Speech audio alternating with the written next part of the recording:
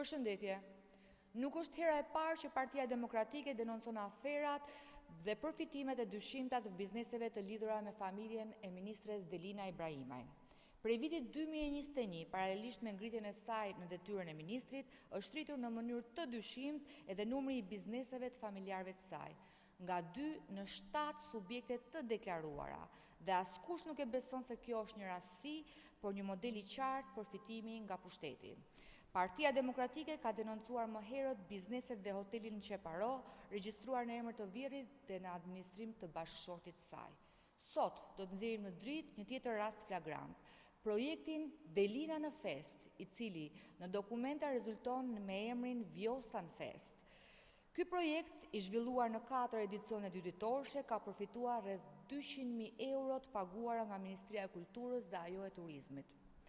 Pse Delina në Fest? Sepse projekti është zbatuar nga shoqata Tirana Express, një subjekt ku vet Ibrahimaj ka qenë e punësuar dhe ku bashkëshorti i saj gjatë kohës së implementimit të projektit ka përfituar të ardhura si drejtues.